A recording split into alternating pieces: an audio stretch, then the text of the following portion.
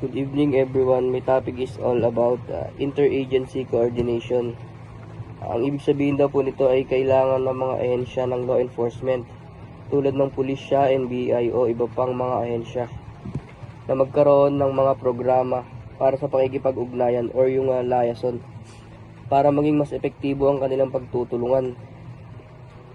Liaison means isang organisadong sistema ng kung saan may itinalagang tao o grupo na nagsisilbing tulay sa komunikasyon sa pagitan ng dalawang organisasyon, departamento o yung grupo.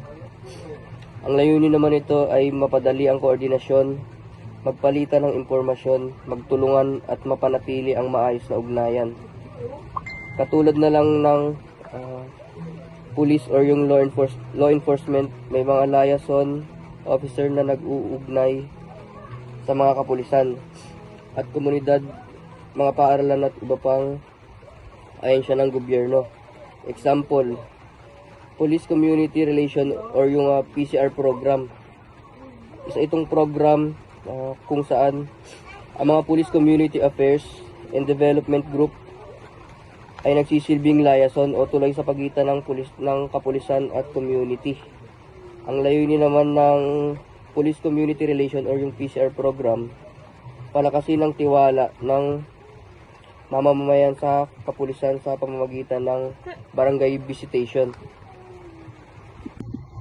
Next dito is yung byproduct of interagency coordination. Mahalaga daw ang maayos na pagtutulungan ng mga agency ng law enforcement para mapalakas ang relasyon nila sa community.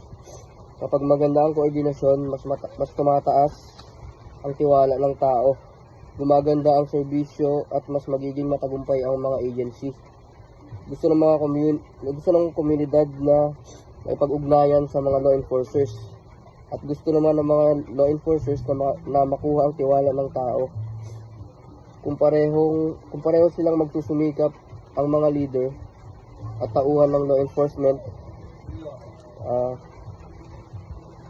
at makikipagtulungan sa publiko na mas magiging epektibo sila sa pagtugon ng pangangailangan ng mamamayan. So next is SWOT on interagency coordination and heading. Una, yung strength. Iba-iba daw ang tungkulin, layunin at kapangyarihan ng bawat law enforcement agency. May ilang ahensya na mas malaki ang impluwensya dahil sa suportado sila ng batas. Next is yung pangalawa, weaknesses. Mahina ang probation system dahil sa hindi pagkakaintindihan, problema sa komunikasyon at kakulangan sa kontrol sa mga offender. Wala ring sapat na ebidensya na nagpapakita ng pagiging epektibo din ito. May kakulangan din ng tiwala lalo sa pamunuan. Probation system means ito yung isang paraan ng pagpaparusa kung saan ang isang tao o yung offender ay hindi kinukulong, kundi pinapayagan silang manatili sa community sa ilalim ng mahigpit na pagmamanman. So, pangatlo, yung opportunities.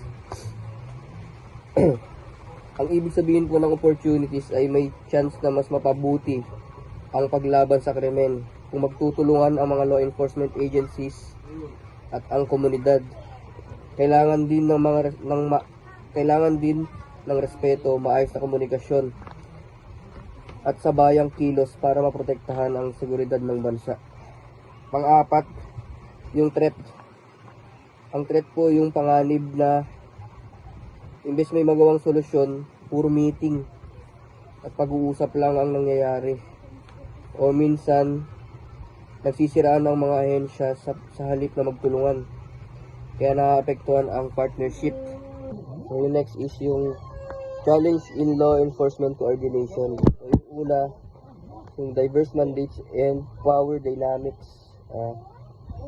Iba-iba po ang trabaho at kapangyarihan ng mga agency. May mga agency pong malakas ang impluwensya dahil sa suportado sila ng batas tulad ng sinabi ko kanina. Kaya minsan sila ang nasusunod sa mga koordinasyon. Next yung pangalawa, inconsistent representation. Hindi daw pare-pareho ang level or yung degree ng mga kinatawan or representatives ng mga agency.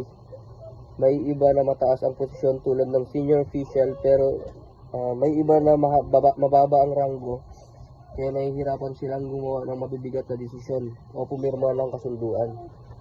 So, pangatlo, conflicting target and priorities. Bawat agency may sariling layunin or yung target, at madalas hindi ito tugma sa layunin ng ibang agency. Dahil dito, nagkakagulo at nahihirapan silang pagtulungan ng maayos. So yung last, disconnect between policy and implementation. Minsan maganda lang sa papel ang kasunduan ng mga agency, pero hindi ito naipapatupad ng maayos sa actual na operasyon. Kaya hindi rin maramdaman sa totoong buhay ang epekto ng mga napagkasunduan.